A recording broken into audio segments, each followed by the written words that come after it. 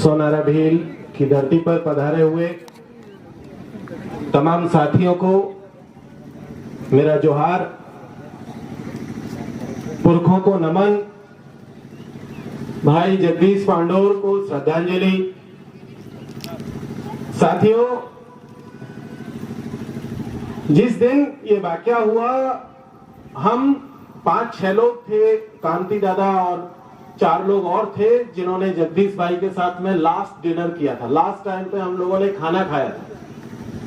दिल्ली में मैं ही था और हम सब लोग बैठ करके खाना खा रहे थे रात के टाइम पर, लगभग 9 साढ़े 9 बजे के आसपास। और खाना खा करके हम लोग सब लोग अपने अपने रास्ते निकल गए। आपने वो फोटो देखी होंगी, 5-6 लोग जिस फोटो में थे उनमें एक मैं भी था।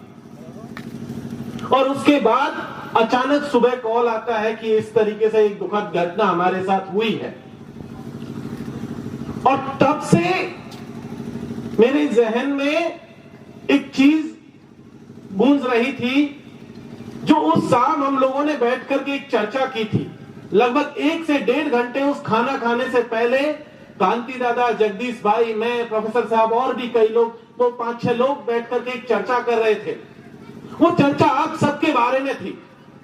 उस चर्चे में दादा का ख्याल था, जगदीश भाई, सब लोग एक चीज को लेकर के परेशान थे कि कैसे हम अपने लोगों के हक और अधिकारों को सुनिश्चित कराएं, उन्हें कैसे दिलाएं, कैसे हम अपने पुरखों के जो अधिकार हैं, हमारी जो जमीन है, उनको बचाएं, कैसे उस सपने को पूरा करें जो हमारे पुरखों ने भील प्रदेश के नाम से देखा था। और बहुत लंबी चर्चा के बाद एक प्लान बना था कि हम ऐसे ऐसे एक स्टेप बाय स्टेप आगे बढ़ेंगे और तब जाकर के हमारे पुरखों का जो भील प्रदेश का सपना है, जो अभी बात हो रही थी कि आदिवासी मुख्यमंत्री होगा, टीएसी का अध्यक्ष आदिवासी होगा, यहाँ पर थानेदार और एसडीएम हम लोग नियुक्त करेंगे, उस सपने के लेकर के बातें बड़ी लंबी हुई थी। इसीलिए जब हम लोग यहाँ जगदीश भाई को देख रहे हैं तो ये याद करने की जरूरत है कि जगदीश भाई कोई एक व्यक्ति नहीं है, हमारे पुरखों का वो सपना है जिसे हम भील प्रदेश कहते हैं। और उसकी कड़ी में पहली कुर्बानी हमारी तरफ से दादा जगदीश पांडोर ने दी है। हमें इस सपने को पूरा करना है, हमें दादा जगदीश पांडेर को जिंदा रखना है। हम सबके भीतर दादा जगदीश पांडोर जिंदा होना चाहिए।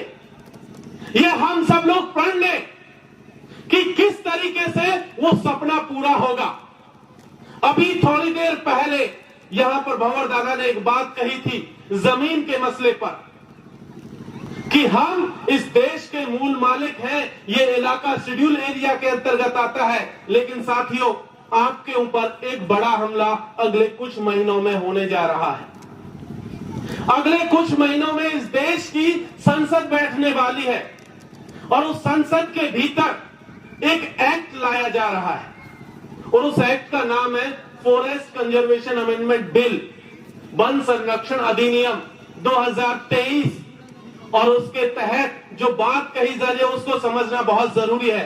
वो बिल कहता है कि इस देश में चाहे वो शेड्यूल एरिया हो, चाहे सिविल एरिया हो, कोई सा भी हिस्सा हो, जहां से भी आपके राष्ट्रीय राजमार्ग, जो सड़क गुजरेंगी, राष्ट्रीय राजमार्ग जिसको कहते हैं, उसके आसपास का इलाका, चाहे वो जंगल का इलाका हो, चाहे शेड्यूल एरिया का इलाका हो, उसे संविधान की 5वीं अनुसूची में भी नहीं बचा के रखा जा सकता है। उसे सरकार जब चाहे तब अपने इस्तेमाल में सिर्फ एक नोटिस निकाल करके ले सकती है। ये हमला अगले कुछ महीनों में आपके ऊपर होने जा रहा है। सिर्फ सड़क का मामला नहीं है, अगर उस इलाके से कोई रेल गुजरती है तो रेल के दोनों तरफ का जो हिस्सा होगा पटरियों के, उस हिस्से का भी कई किलोमीटर का हिस्सा, उसे भी आप शेड्यूल एरिया में नहीं रख सकते हैं, उसे भी आप जंगल की कैटेगरी में भी नहीं रख सकते हैं, उसे भी कभी भी इस देश की सरकार, चाहे केंद्र की सरकार हो, चाहे राज्य की सरकार हो, या कोई भी अथॉरिटी जिसे वो ठीक समझे, वो उस जमीन को छीन सकती है। तीसरा बात जो इस बिल में कही गई है, सरकार इस फॉरेस्ट कंजर्वेशन बिल के नाम पर जंगल को बढ़ावा देने के लिए, सो कॉल्ड जंगल को बढ़ावा देने के लिए कि हम जंगल को और बढ़ाएंगे और पेड़ पौधे लगाएंगे, उसके नाम पर वो क्या कह रही है वो कह रही है कि अगर हमें जरूरत पड़ी कि यहाँ पर पर्यटन को भी विकसित करना है और पर्यटन को विकसित करने के लिए कोई पार्क बनाना पड़ा, चाहे वो शेड्यूल एरिया का इलाका हो, चाहे कोई नॉन शेड्यूल इलाका हो, सिविल इलाका हो, वहां पर भी किसी भी तरीके से वो जमीन को ले सकती है। हम संविधान की अनुसूची 5 के तहत भी उसे नहीं बचा सकते हैं।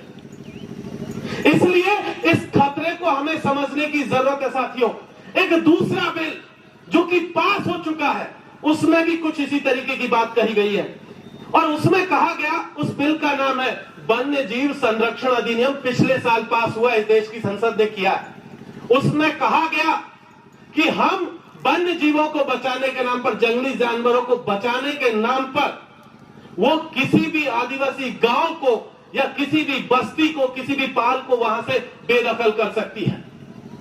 और उन्होंने कुछ जगहों को चिन्हित किया है कि इस देश भर में लगभग 18 चीतों को बचाने के लिए 18 पार्क वो देश के भीतर बनाने जा रही है। उनमें से सबसे ज्यादा पार्क शेड्यूल एरिया के भीतर बनने वाले हैं। आप अंदाजा लगाइए कि मध्य प्रदेश के भीतर कूनों में जिस तरीके से 21 आदिवासी गांव उजाड़े गए थे, इसी तरीके से देश के 18 इलाकों में जो है चीतों को बचाने के नाम पर वो लोग जो है अब आदिवासियों को उजाड़ने की तैयारी कर रहे हैं और वो बिल ऑलरेडी पास हो चुका है। इसलिए उस खतरे को भी समझने की जरूरत है साथियों। तीसरी बात, जो जमीन का मसला अभी चल रहा है, उसमें भी लगातार क्या हो रहा है। अभी हम सब लोग जानते हैं कि छत्तीसगढ़ के भीतर हसदेव में एक आदिवासी वहां की लड़ाई लड़ रहे हैं उनके जंगलों को बचाने के लिए। लगभग 1,76,000 हेक्टेयर का जंगल है। सलूम्बर के बराबर तो होगा ही, उससे ज्यादा ही बड़ा है, पूरे शहर के से भी ज्यादा बड़ा इलाका है। और वहां पर आदिवासियों को डिस्प्लेस करने का सिलसिला पिछले 1 दशक से चल रहा है। वहां पर फर्जी ग्राम सभा, यहां लिखा गया है ना, पहला ही पॉइंट जो लिखा गया है कि सबसे ऊंची विधानसभा, ग्राम सभा, वहां उन्होंने क्या किया, जो लोग कई साल पहले मर गए उनके भी फर्जी साइन बना बना करके, उनकी जमीनों को ग्राम सभा के फर्जी पट्टे बना बना करके ग्राम सभा की अनुमति के नाम पर उन्होंने सरकारों में सबमिट कर दिया और आदिवासियों को वहां से बेदखल कर दिया। इसी तरीके से ये काम इन इलाकों में भी चल रहा है। आप जगह जगह देख रहे होंगे कि किस तरीके से ग्राम सभाओं के जो पावर थी उसको खत्म किया गया। हमें एक चीज और याद रखने की जरूरत है साथियों, एक मांग यहां से उठाने की जरूरत है। ये तमाम तरीके के बिल जो आ रहे हैं, उन बिलों में 2 चीज बहुत जरूरी है। एक कि शेड्यूल एरिया का जो मामला है, अभी तक होता था कि पूरे के पूरे इलाके को शेड्यूल एरिया डिक्लेयर किया जाता था। यहां से, इस मंच से हमें एक मांग शुरू करनी है। वो मांग ये होगी कि जिस गांव में, जिस ढाणी में 50% या उससे अधिक आदिवासी रहते हैं, उस गांव को, उस पंचायत को ही जो है शेड्यूल एरिया आप डिक्लेयर कीजिए। अगर हम इस तरीके की मांग नहीं करेंगे तो यकीन मानिए हम अपनी जमीनों को और ज्यादा दिन तक बचा नहीं पाएंगे। दूसरी बात जो यहां से करने की जरूरत है कि अंग्रेज इस देश में आए और अंग्रेज आए तो उन्होंने अपने मुनाफे के लिए वन विभाग बनाए और वन विभाग आज की तारीख में इस देश में आदिवासियों का सबसे बड़ा दुश्मन है। सबसे ज्यादा जमीनें अगर किसी ने छीनी है तो वन विभाग ने छीनी है। हम सब लोग जानते हैं कि वनाधिकार कानून 2006 जब इस देश में आया था, इस देश के हुक्मरानों ने एक वादा आपसे किया था कि हम आदिवासियों को उनकी जमीनों पर पट्टा देंगे। कहा था ना भाई, सबको कहा था कि हर व्यक्ति को जो है हम पट्टा देंगे अगर वो आवेदन करेगा। इस साल तक का पूरा डेटा इस देश में ऐसा कहता है कि मात्र 24 लाख लोगों को ही जमीनों पर पट्टे दिए गए हैं। तो इस देश में आदिवासियों की आबादी कितनी है पता है? लगभग 13 से 14 करोड़। और पट्टे कितने लोगों को मिले? मात्र 22 से 24 लाख लोगों को। आप अंदाजा लगाइए, बाकी के जो लोग बच गए हैं, लगभग 13 करोड़ से ऊपर लोग, उनका क्या होगा? वन विभाग किसी भी दिन आपके घर के बाहर खड़ा होगा अपना बुलडोजर लेकर के और आपको कहेगा कि नहीं, आपने वन की भूमि है उसका अतिक्रमण किया, और आपको बाहर निकाल के खदेड़ देगा और आपके ऊपर FIR उल्टा करवाएगा। इसलिए जरूरत है कि वन विभाग को खत्म करने की मुहिम हमें यहां से चलानी चाहिए और हमें कहना चाहिए कि इस वन विभाग को खत्म करो, वन विभाग को खत्म करो।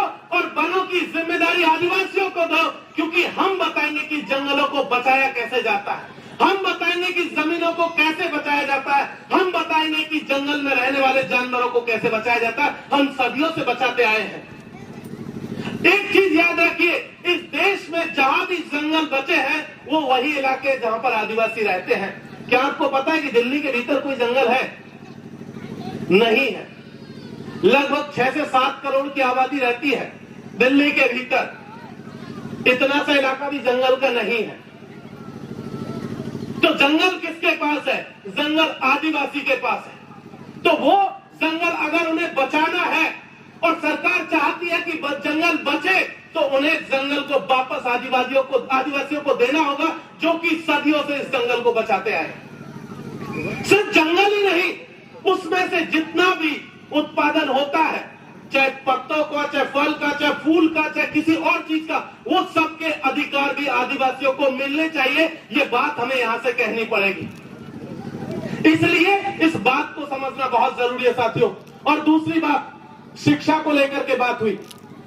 हमें इस बात को कतई नहीं भूलना चाहिए कि इस देश में अगर कोई ताकत आपके साथ मिलकर के खड़ी होगी, जब आप फिजिकल स्ट्रेंथ की बात करते हैं, शारीरिक ताकत की बात करते हैं, आप तीर कमान से लेकर के गोपन को घुमाने की जब बात करते हैं, कई जगह तीर कमान और गोपन अकेले काम नहीं आते, कई जगह कलम की भी जरूरत पड़ती है।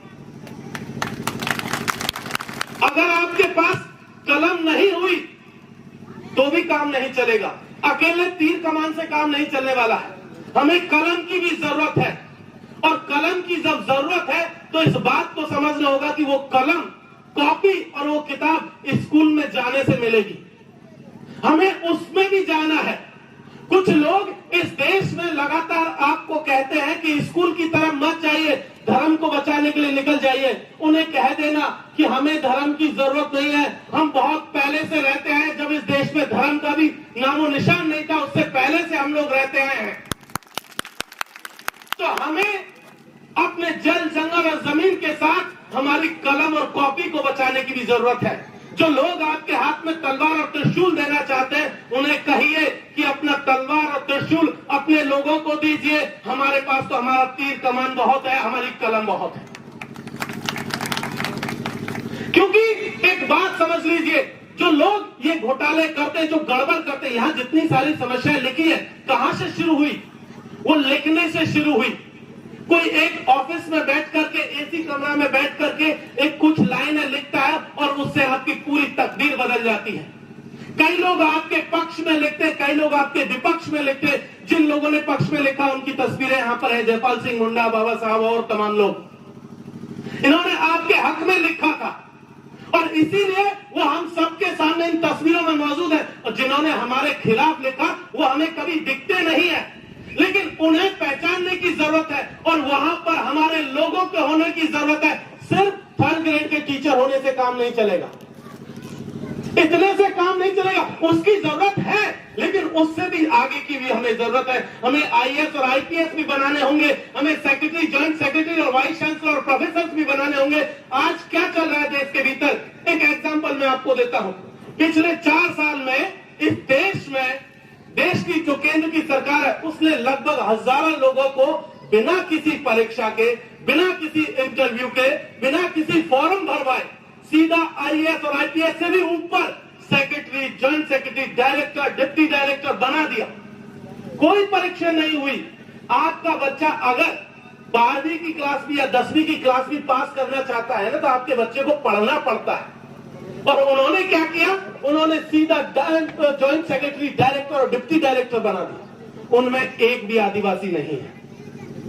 इसीलिए ये याद रखने की जरूरत है कि वो जो ताकत है ना, बिना परीक्षा, बिना इंटरव्यू को आईपीएस और आईएएस और सेक्रेटरी, जॉइंट सेक्रेटरी बनाने की, वो आती है आपकी राजनीतिक ताकत से, और वो आएगी सत्ता से, वो विधानसभा, लोकसभा से आएगी। इसलिए जरूरत है कि आप लोकसभा, विधानसभा के भीतर भी अपने लोगों को भेजें, ऐसे लोग जो बोलते हो, ऐसे लोग जो आपके लिए लड़ते हो। गूंगे और बहरों को मत भेजिएगा, क्योंकि गूंगे और बहरे पिछले 75 सालों से बैठे हैं। उन्होंने कोई काम ऐसा नहीं किया जो आपके हक में हो। आज तक कोई बात उन्होंने नहीं कही, तो गूंगे और बहरों की तो जरूरत ही नहीं है उनको भेजिए जो आपके लिए लड़ सके, आपके लिए बोल सके। इसीलिए इस बात को समझने की जरूरत है। और एक आखिरी बात कहकर के अपनी बात को खत्म करूंगा।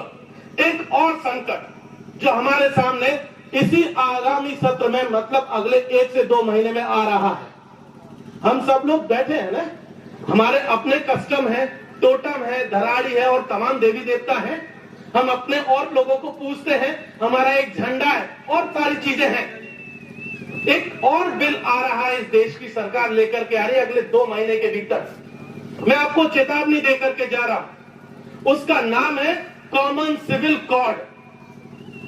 और कॉमन सिविल कोड जिसे कहते हैं ना कि समान आचार जो है संहिता, समान संहिता, उसका खतरा क्या है? वो कह रहे हैं ना कि एक पार्टी, एक नेता, एक देश, एक भाषा, सब वो जो करने की कोशिश करे उसमें नुकसान हमारा है। अगर उन्होंने कॉमन सिविल कोड लेकर के आए तो यकीन मानिए कि आपके बच्चों के जो हक और अधिकार हैं, महिलाओं के जो हक और अधिकार है और आदिवासी होने के चलते जो हमें हक और हुकूक मिला हुआ है, वो सब छीना जाएगा, वो सारा छीना जाएगा। हमारी जो विवाह की पद्धति है उसमें भी फेरबदल किया जाएगा। हम आजकल शादी कैसे करते हैं, हमारा अपना एक तरीका है। लेकिन अगर कॉमन सिविल कोड आया और जो कि इस चुनाव से, लोकसभा के चुनाव से पहले पहले आएगा इस देश के भीतर, और उसका सबसे बड़ा नुकसान अगर किसी को उठाना पड़ेगा तो वो इस देश के आदिवासियों को उठाना पड़ेगा साथियों। तो जब चिंतन शिविर में हम लोग यहाँ चिंतन करने के लिए आए हैं तो आगामी खतरों को भी पहचानने की जरूरत है और इनसे लड़ने की भी जरूरत है। हम लोग जमीन पर भी लड़ेंगे, जंगल में भी लड़ेंगे और विधानसभा, लोकसभा के भीतर भी लड़ेंगे। बहुत बहुत शुक्रिया। इंकलाब जिंदाबाद। जय भीम, फूल जोहार, जय आदिवासी, जय भील प्रदेश।